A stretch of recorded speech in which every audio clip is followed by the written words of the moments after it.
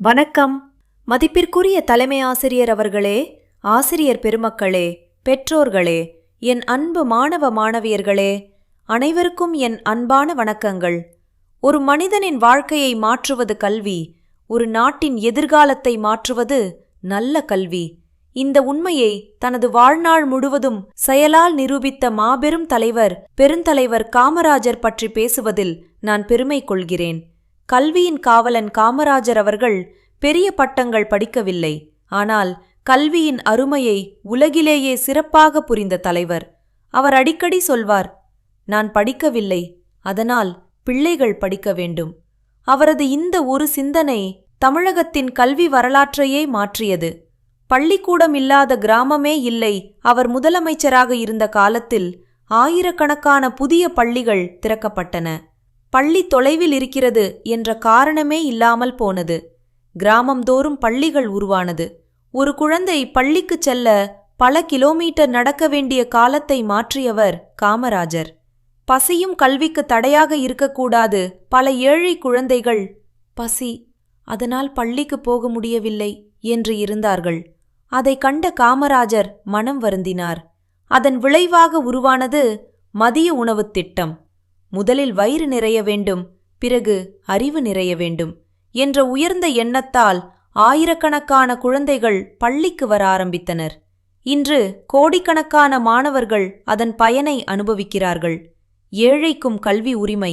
காமராஜர் காலத்தில் இலவச கல்வி, இலவச பாடப்புத்தகங்கள், பள்ளி வசதிகள், ஆசிரியர் நியமனங்கள் என கல்விக்காக எண்ணற்ற திட்டங்கள் கொண்டுவரப்பட்டன. அவர் பணக்காரர்களுக்காக அல்ல, ஏழை குழந்தைகளின் எதிர்காலத்திற்காக ஆட்சி செய்தார். கல்விதான் உண்மையான செல்வம். காமராஜர் அவர்கள் நம்பியது. பணம் திருடப்படலாம், கல்வி ஒருபோதும் திருடப்படாது. அதனால்தான் இன்று தமிழகம் கல்வியில் முன்னோடி மாநிலமாக திகழ்கிறது. அதற்கான அடித்தளத்தை அமைத்தவர் காமராஜர். இன்றைய மாணவர்களுக்கு காமராஜர் சொல்லும் பாடம். அன்பான மாணவர்களே, இன்று நமக்கு நல்ல பள்ளி இருக்கிறது, நல்ல ஆசிரியர்கள் இருக்கிறார்கள், புத்தகங்கள் இருக்கின்றன, இணைய வசதி இருக்கிறது. இவ்வளவு வசதிகள் இருந்தும் படிக்காமல் இருந்தால் அது நம் தவறு. காமராஜர் வாழ்ந்த காலத்தில் வசதிகள் இல்லை. ஆனால் இன்று நமக்கு வாய்ப்புகள் அதிகம். அந்த வாய்ப்பை பயன்படுத்தி நாம் நன்றாக படித்து நாட்டிற்கு பயனுள்ள குடிமக்களாக வளர வேண்டும். காமராஜரின் உண்மையான நினைவஞ்சலி. காமராஜரின் சிலைக்கு மாலை அணிவிப்பது மட்டும் போதாது. அவர் கனவு கண்டபடி நன்றாக படிப்போம், நல்ல மனிதர்களாக இருப்போம், மற்றவர்களுக்கும் உதவுவோம், கல்வியின் மதிப்பை உணர்வோம். அதுவே அவருக்கு நாம் செலுத்தும் உண்மையான மரியாதை. முடிவுரை.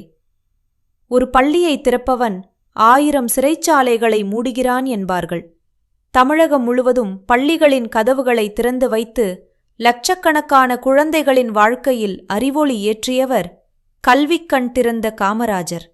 அவரது பெயர் என்றும் அழியாது, அவரது கல்வி புரட்சி என்றும் மறையாது. வாழ்க பெருந்தலைவர் காமராஜர் புகழ்! வளர்க கல்வி! வளமுடன் விளங்குக தமிழகம்! நன்றி, வணக்கம்.